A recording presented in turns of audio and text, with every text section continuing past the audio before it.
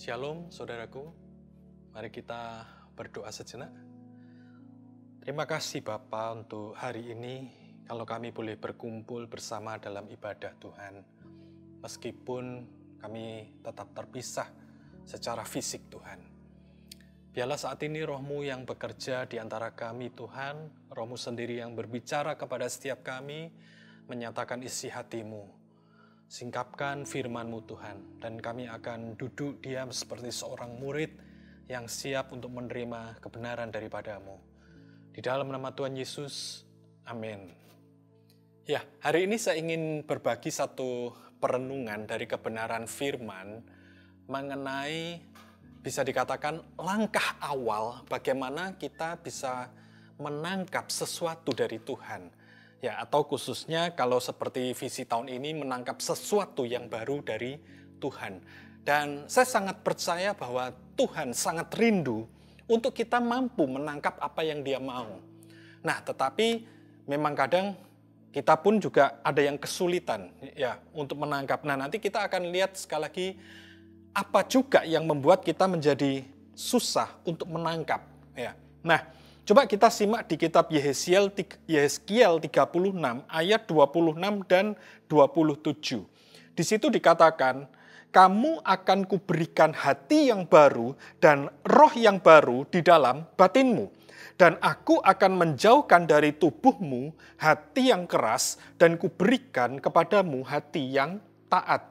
Rohku akan kuberikan diam di dalam batinmu dan aku akan membuat kamu hidup menurut segala ketetapanku dan tetap berpegang pada peraturan-peraturanku dan melakukannya. Nah, di sini kita bisa melihat bahwa Tuhan berinisiatif ya, Dia sendiri yang berinisiatif. Dikatakan, kamu akan kuberikan. Perhatikan bahwa Tuhan berinisiatif memberi kita hati yang baru. Nah, oleh sebab itu saya sangat percaya bahwa sebenarnya setiap orang percaya itu pasti punya kemampuan untuk menangkap sesuatu yang baru dari Tuhan. Kenapa? Karena Tuhan sendiri berinisiatif, kuberikan hati yang baru. Dan apa? Roh yang baru di dalam batinmu. Dan kemudian Tuhan sendiri berinisiatif mengadakan sebuah pertukaran. Apa yang ditukar, yaitu menjauhkan dari tubuhmu hati yang keras dan kuberikan kepadamu hati yang taat.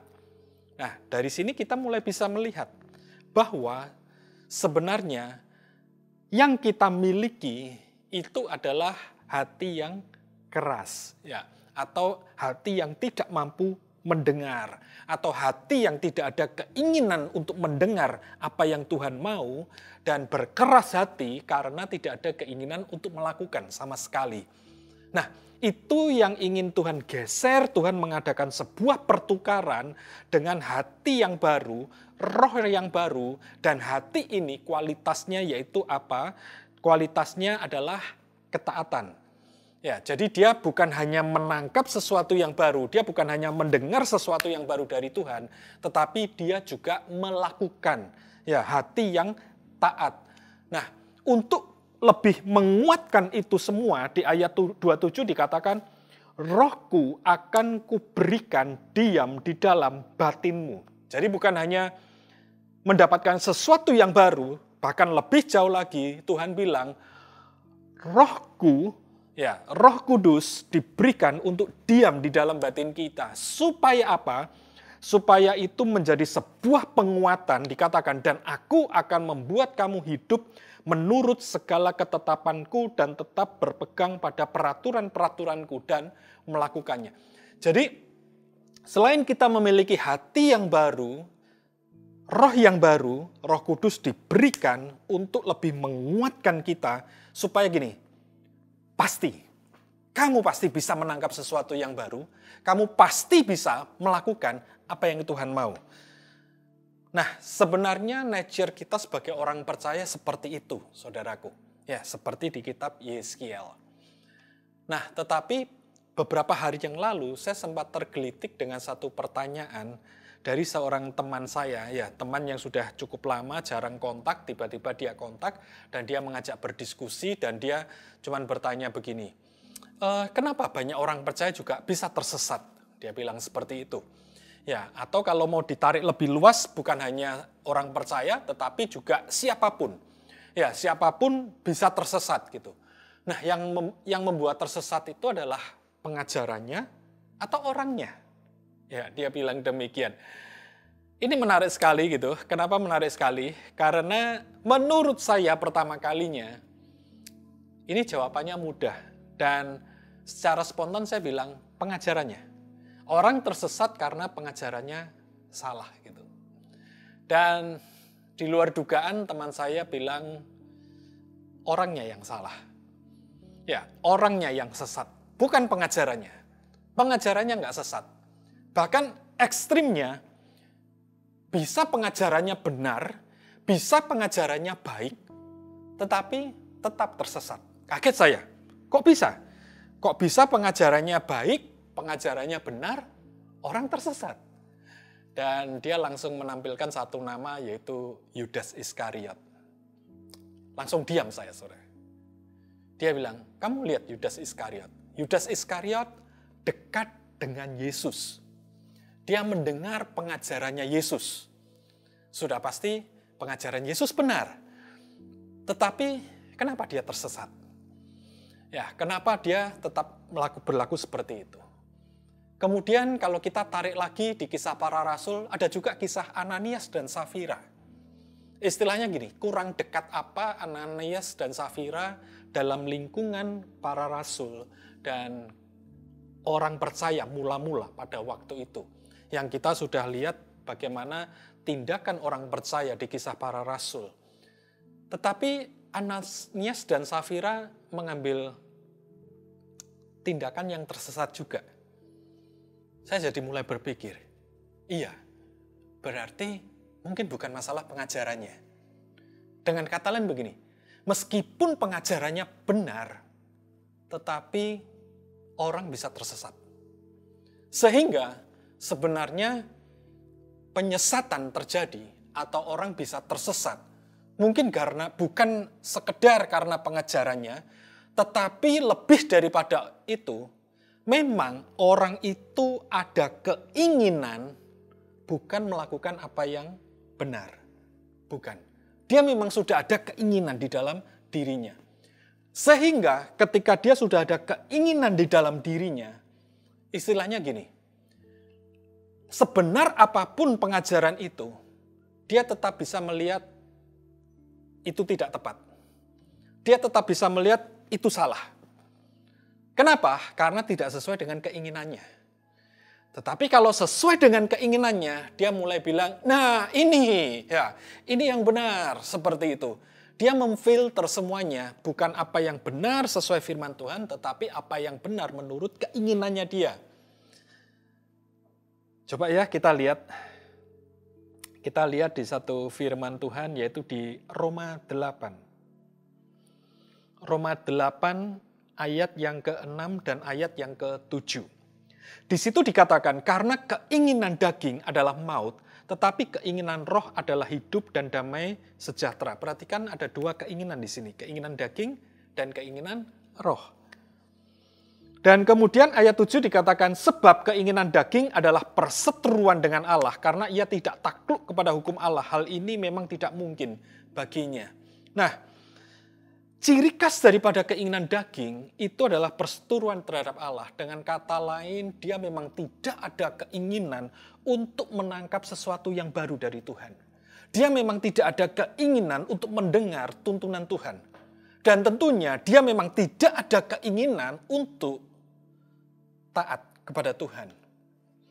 Makanya di sini dikatakan keinginan daging adalah perseteruan terhadap Allah. Dan makanya tadi di Yeskiel dikatakan, aku akan menjauhkan hati yang keras di dalam tubuhmu.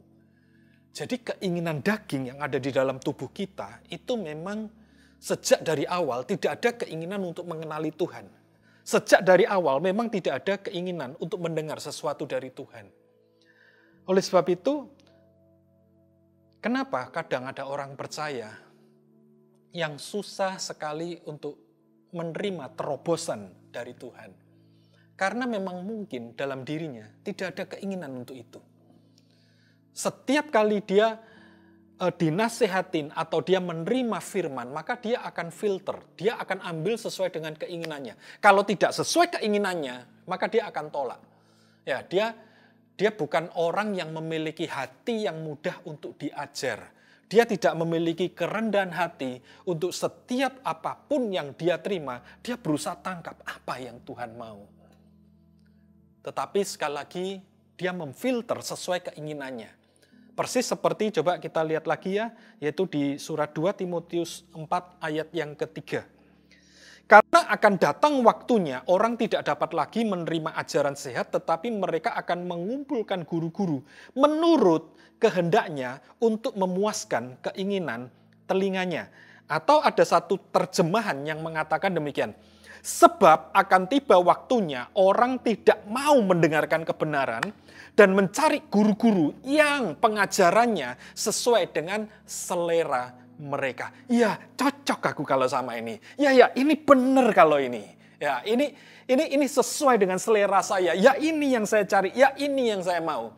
Tetapi ketika pengajaran itu memang benar adanya, dia akan tolak. Kenapa? Karena tidak sesuai dengan keinginannya.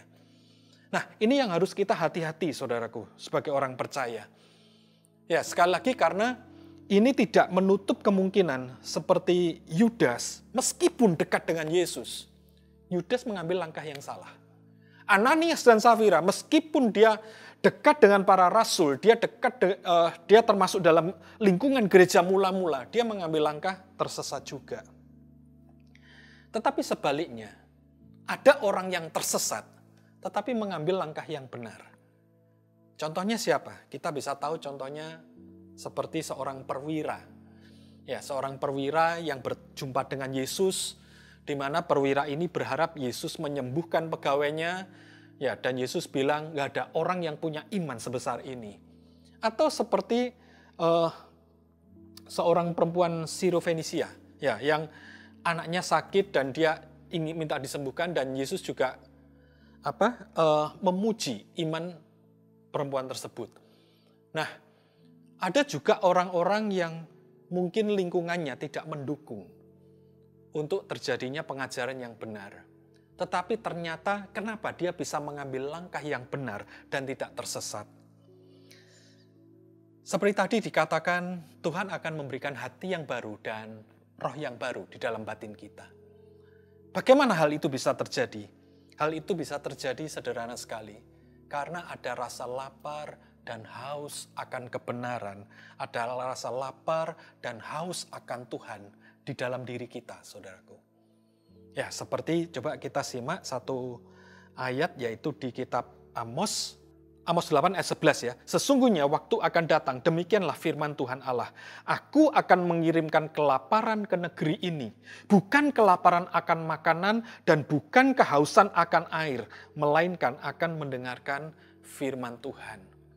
Nah, ketika terjadi rasa lapar dan haus akan firman Tuhan, maka terkadang kita tidak akan memilah-milah siapa yang bicara, kita tidak akan memilah-milah apa yang dikhotbahkan, tetapi kita akan memiliki hati yang terbuka, yang selalu siap untuk menerima apa yang Tuhan mau bicara kepadaku.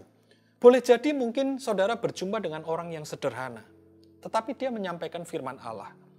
Boleh jadi mungkin saudara berjumpa dengan siapapun, mungkin saudara belum kenal. Tetapi ketika hati kita memang lapar dan haus akan Tuhan, maka Tuhan bisa pakai siapapun juga untuk berbicara kepada setiap kita. Sehingga kita punya kemampuan untuk menangkap sesuatu yang baru dari Tuhan, saudaraku. Nah, seringkali, sekali lagi, kenapa kita itu susah menangkap? Karena mungkin kita punya hati yang keras. Kita punya hati yang tertutup. Ya, kita hanya memilah-milah sesuai dengan keinginan kita. Oh, kalau dia yang bicara, saya mau dengar. Oh, kalau khotbah tentang ini, saya mau dengar. Tetapi kalau siapapun juga yang mungkin Tuhan pakai untuk berbicara kepada setiap kita, maka hati kita tertutup. Ya, kita tidak memiliki rasa lapar dan haus akan Tuhan. Nah, di hari ini saya hanya ingin mengajak saudara untuk merenungkan satu kebenaran firman ini. Bagaimana dengan kondisi kita? Apakah kita tetap memiliki hati yang keras? Ya, hati yang susah untuk mendengar? Ya, hati yang hanya mau menerima sesuai dengan selera kita, sesuai dengan keinginan kita? Atau kita berusaha untuk membuang hati yang keras dan kita siap menerima hati yang baru. Hati yang selalu lapar dan haus akan Tuhan. Ya, hati yang selalu ingin menangkap sesuatu yang baru dari Tuhan. Sehingga siapapun berbicara kepada kita, pesan apapun diberikan kepada kita dari siapapun juga, kita selalu memiliki hati yang selalu siap untuk menerima. Kira-kira apa ya pesan Tuhan kepadaku melalui orang tersebut? Kira-kira apa ya pesan Tuhan kepadaku melalui berita-berita tersebut? Kita memiliki hati yang selalu terbuka, siap untuk menerima. Ya, kita memiliki hati yang baru, hati yang lapar dan haus akan Tuhan, sehingga kita pun akan memiliki hati yang rindu untuk melakukan firman Tuhan. Nah, oleh sebab itu di ayat penutup saya bacakan saja, yaitu di kitab Matius. Ya, ada satu perkataan dari Tuhan Yesus, Matius 5 ayat 6 dikatakan, berbahagialah orang yang lapar dan haus akan kebenaran, karena mereka akan dipuaskan. Jadi ketika kita memiliki rasa lapar dan haus akan Tuhan, lapar dan haus akan menerima sesuatu yang baru dari Tuhan, lapar dan haus akan menerima firman Tuhan, percayalah kita akan memiliki kebahagiaan itu.